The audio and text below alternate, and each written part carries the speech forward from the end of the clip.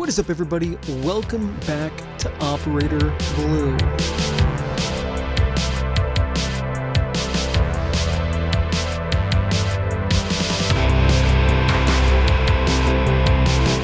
Now, I apologize. I know it's been a while.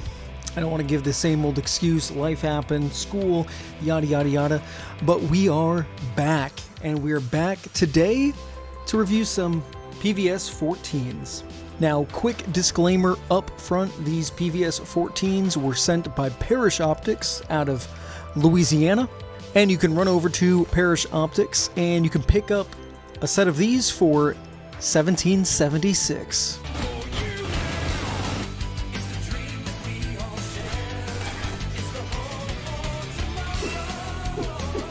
Pretty ballin' number, but for almost $1,800, are they worth it, and what do you get? Let's dive into it. So first, let's look at what comes with it before we dive into monocles themselves.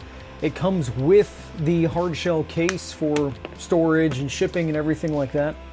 And then along with, obviously, the PVS-14s, comes with a carry bag, comes with a strap, and a lens cleaning cloth for the unit itself. And then while I already put it on there, it comes with the J-arm for the PVS-14 itself, and then of course the bump helmet or ballistic helmet rhino mount as well. Well, some might complain about the mount it comes with. One, it comes with it for this price, but the style of mount is the USGI rhino mount, where you also have like a Wilcox mount, but I threw this on my helmet and I had zero problems with it. It's pretty cool. And again, it comes with it. So it's your AGM style PVS-14, which uses one AA battery. Looking at the shell of the unit, it's nice, it's sturdy, it's waterproof. I'm going to put up on the screen here the spec sheet that I got with it. The two numbers that everyone's always looking at is the figure of merit, which for this unit is rated at 1601, and then the SNR, which I was told averages to about 24. Spec sheet says 25.02, but I was told it averages 24, so it's a gen tube, but again, you're sub $2,000. And then of course, diving a little bit further, you've got your controls on the back, then you've got diopter controls in the back to set it up to your eye and distance. And then, of course, on front, you have the adjustment wheel for focusing. Because if you didn't know, I have yet to use a night vision setup that is automatically focusing. Don't think it even exists, but you have to manually focus. Usually, most people set it to far away versus close, and that way you don't have to mess with it quite as much.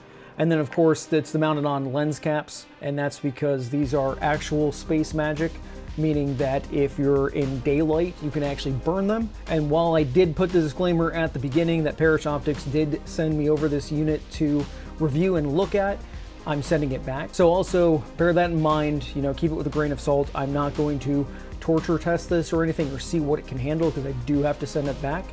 So just keep that in mind. So I have it on a weird setup right now, but comparing it to like an NVG50, which you can check the card. I've got a video on this one. Significantly larger. Obviously there's some Space Magic going in this. Don't worry about the wide angle lens kit.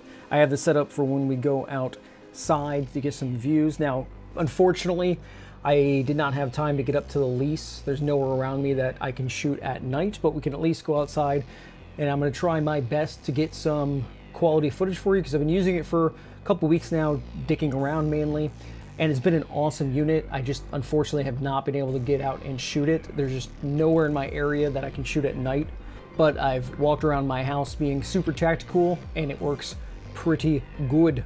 So I'm gonna try my best outside to get some shots with this. Unfortunately, I do not have one of the expensive NVG recording devices. So I'm going old school, and my camera will be shoved into the eye hole of this unit. But you're gonna get a pretty decent view, and then I'm going to use this kind of like a night vision camcorder that will get a little bit of everything, because I do have my Airsoft 300 blackout to catch my drift that does have a IR laser on it, so we can pick up some things with this, and I can show you the quality. As far as the moon tonight, which of course I'll put somewhere in the video itself. It's a waning gibbous, or however you say that. I'm sure you guys will correct me on that one, with 93% illumination. So it should work pretty good without having to use any IR. And bear with me, it's been a while since I've filmed anything or done really anything when it comes to filming, so I'm a little rusty. But if you like night vision, go ahead and hit that like button, subscribe.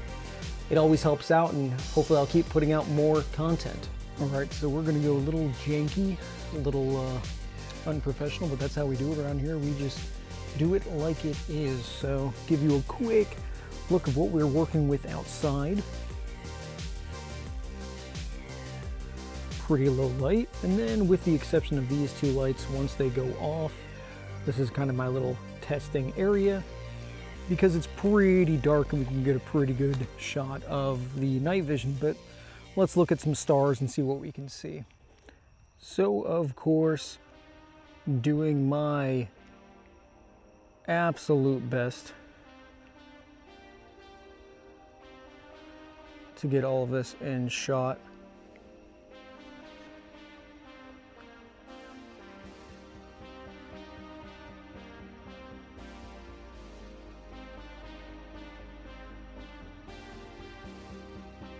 There we go, lights off now. Doing my absolute best to get this all in shot, and just to keep in mind as well, this does have auto gating, but that does not mean stare at the sun.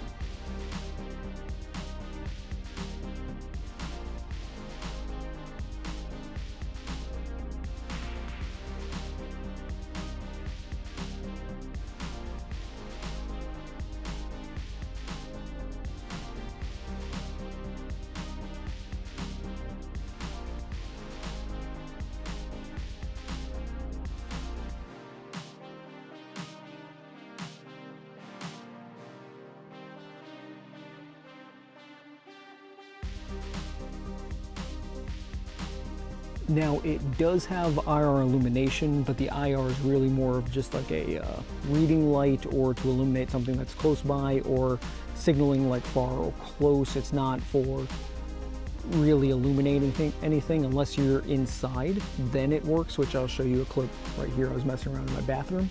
But now let's grab the IR laser and let's shine that about. Now, as we wait, I set up an IR light or laser behind me. I do not have an IR illuminator, but I do on my NVG50s. Again, if you want to see a video on that, check the card somewhere up here. And then once we get back inside, we'll do a little bit of a comparison between PVS-14s that actually use space magic versus your digital options. So minus those lights being on, let's say you are on the receiving end of somebody else using night vision, such as digital night vision options. Well, you don't need IR. So you would see both of that, a laser trail, as well as IR illumination, and by a guy sees nothing. So let's summarize really quick. Why would you spend $1,800 and get PVS-14s when you can get the NVG50 options, or the older series where you're spending $300, $400, $500, or some of the like the Synox digital brands and stuff like that? Why would you even bother doing that? Well, while you're spending a lot of money, the biggest thing is, if you watch one of the other videos, there is latency with these digital options. They are not one-to-one. There is a delay. So a real set of NVGs that use a light amplification tube and such essentially turns light photons into electrons, back into photons, using a microchannel plate into a phosphor plate. And then depending on the phosphor is where you get the green, the white, yada, yada, yada. But it's one-to-one. It's all happening with space magic, essentially. Whereas your digital options are just using a camera sensor, just like you're watching this on. And it's just using low light. In zero light, their technology is getting better, but it's not that good yet, so you're going to have to use IR illumination. So then it just depends, are you hunting, you know, boar and such like that, depending on where you live and what state you are, you know, nuisance animals. Are you just hunting them? Then you're probably going to be able to get away with some digital night vision because you're not worried about IR or anything like that. If you're getting this for that, as well as bump in the night, you know, shit hits the fan kind of situations, well, then you're going to want this because this gives you the real upper hand. So it's two technologies. They're not really quite the same thing. It's, you know, a car is going to get you from point A to point B, but let's say you need to haul something, you need to do some actual, you know, man shit.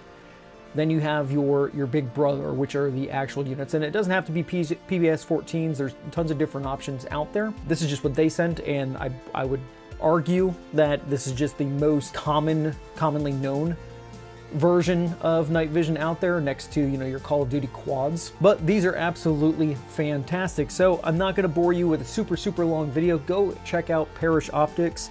They're just starting up. They're going to have some, you know, pretty cool things in store for you. I don't want to say what it is, but they've passed along some information. And it's really not a bad deal. If you go around and look and see how much these are everywhere else, you're over $2,000, so you're already saving money. There is already a thermal option listed on their website. Haven't gotten my hands on that to test it out, but go give them a holler and check out their stuff. If you want to see some of the digital night vision content that I've done before, you can check the channel for that. I've gotten one sent over from Goodnight Gear. The rest of them are all me purchasing all on my own. I'm a small YouTube channel, guys. I do this for fun and just for the enjoyment. So let me know what you think. Do you like real night vision, or is the cost that's going to, you know, prevent you from being able to enjoy it? I don't know. Let me know down below. And again, give this video a like. Subscribe if you want to see more content. I'm trying to put it out, especially trying to get some range time to bring some of my pew-pews out. But as always, I appreciate it. Y'all have a good one.